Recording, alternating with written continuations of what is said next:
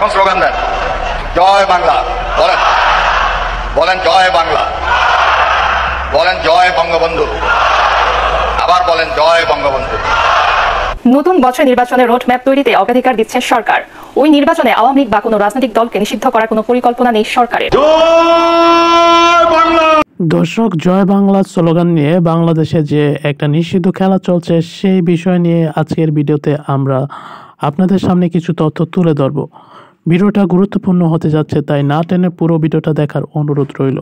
জয় বাংলা নিষিদ্ধ করা হবে না, জয় বাংলা নিষিদ্ধ হতে পারে না, কেন হতে পারে না, এই ভিডিওতে তা থাকছে। জয় বাংলা স্লোগান নিষিদ্ধ নয়, বরং এই স্লোগান বাঙালির জাতীয় স্লোগান। এই স্লোগানে কোনো বাধা বিপত্তি থাকার কথা নয়, এমনটা জানিয়েছেন রাষ্ট্রপতি শাহাবুদ্দিন চুপ্পু। এবং সেই সাথে আরও জানিয়েছেন আওয়ামী লীগ সংগঠন একটি পুরাতন রেজিস্ট্রেশনকৃত সংগঠন। এই সংগঠনকে বাদ দিয়ে আসন্ন গণ অভ্যুত্থানের যে নির্বাচন, উক্ত নির্বাচনকে বৈধ বলে গণ্য করা যাবে না। তবে এই কথাটি শুধুমাত্র রাষ্ট্রপতি শাহাবুদ্দিন চুপ্পু নয়, দেশের অন্যান্য রাজনৈতিক দলগুলো এ বিষয়ে একমত পোষণ করেছেন। আমি মনে করি এটা আমাদের জন্য শোভনীয় নয়, শালীন নয় যে আরেকটা দল থাকবে কি থাকবে এই সম্পর্কে কমেন্ট করা। ওকে, পরিষ্কার নির্বাচনের সিদ্ধান্ত হবে যে আওয়ামী লীগ থাকবে কি থাকবে না। একটা কথা ভুলে গেলে চলবে না, আওয়ামী লীগ কিন্তু দুটো দল, বিএনপি এবং আওয়ামী লীগ, তাদের ফিক্সড কিছু ভোট আছে। পৃথিবী যদি উল্টেও যায় এই ভোট কিন্তু সরবে না। আওয়ামী লীগ যত দুষ্কর্মই করুক না কেন, কিছু মানুষ, some percentage of people Awami লীগকেই ভোট দেবে। আওয়ামী লীগ কি কোনো বাম সংগঠনের মতো ছোট দল বা অন্য কোনো দলের মতো ছোট দল? আওয়ামী লীগ বাংলাদেশের একটি বড় দল, বিএনপি আওয়ামী লীগ। আওয়ামী লীগকে যদি গণহত্যার আগে আপনি সুযোগ দেন, তাহলে আওয়ামী লীগ কালকে এই অন্তর্বর্তীকালীন সরকারকে নামিয়ে দিবে। সেই দিক বিবেচনা করলে সকল মতের, সকল পথের এবং যারা বাংলাদেশের রাজনৈতিক দল হিসেবে যারা নিবন্ধিত আছে তাদের প্রত্যেকেরই আসলে নির্বাচন করবার অধিকার আছে। এদিকে গণ অভ্যুত্থানের নামে যে ষড়যন্ত্র করে অন্তর্বর্তীকালীন সরকার গঠিত হয়েছে, এই সরকারকে বিশ্ব দরবারে বৈধ বলে ঘোষণা করা হচ্ছে না, যা ইতিমধ্যে গণমাধ্যমে দেশের অন্যান্য রাজনৈতিক দলের মধ্যে আলাপ আলোচনায় উঠে এসেছে। কনস্টিটিউশন যদি বাতিল হয়ে যায়, সুপ্রিম কোর্ট থাকে না, পার্লামেন্ট থাকে না, আর কোনো কিছুই থাকে না, তাহলে আপনি যেভাবে সরকারটা তৈরি করেছেন ওই সরকারটাই থাকে না। আপনি সেনা সদরে আলোচনা করে সরকার তৈরি করবেন, আর সেইটাকে আপনি বিপ্লবী অভ্যুত্থানের সরকার বলে পরবর্তীতে এই জোড়াতালি দিতে চাইবেন, এটা হবে না। আপনার সরকারটা যদি শহীদ মিনারে গঠিত হতো, ওইখানে সবাই যদি শহীদ মিনারে গিয়ে চুপ্পুর কাছে না গিয়ে ওইখানে গিয়ে আনুগত্য পোষণ করতো, তখন আমরা এই ধরনের কথাবার্তাগুলো বলতে পারতাম।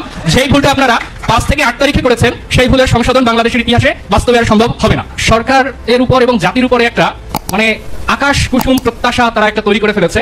খুবই আকাশচুম্বী একটা প্রত্যাশা এই সরকারের উপরে কিন্তু ঝেঁকে বসেছে, এবং সেই প্রত্যাশাগুলো কয়েকটা ফলস প্রিমাইসেস উপরে দাঁড়ানো। তার মধ্যে একটা হচ্ছে যে এই গণ অভ্যুত্থানটা এটা 36 দিনের আন্দোলনে হয়েছে, এবং এই আন্দোলনের যারা নেতৃত্ব দিয়েছে তারা যে কোনো ধরনের সংস্কারের ম্যান্ডেট তারা পেয়েছে, এটা একটা তাদের ভুল ধারণা।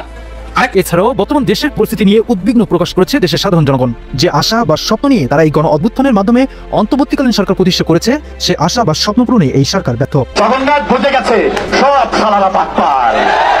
আমি দোকান খুলে বসে থাকুম না, ছাত্ররা এনাদের সাথে করতেছে, তাদের ডাকে আর যাবে না সাধারণ মানুষ। কে কি করতেছে না করতেছে সবাই তাদের ভাবনা বুঝে গেছে। না, আমি মনে করি না ছাত্র আন্দোলনে রাজপথে আর জনতা নামবো, কারণ ছাত্রদের আগের কথা আর এখনের কথা তাদের মিল নাই।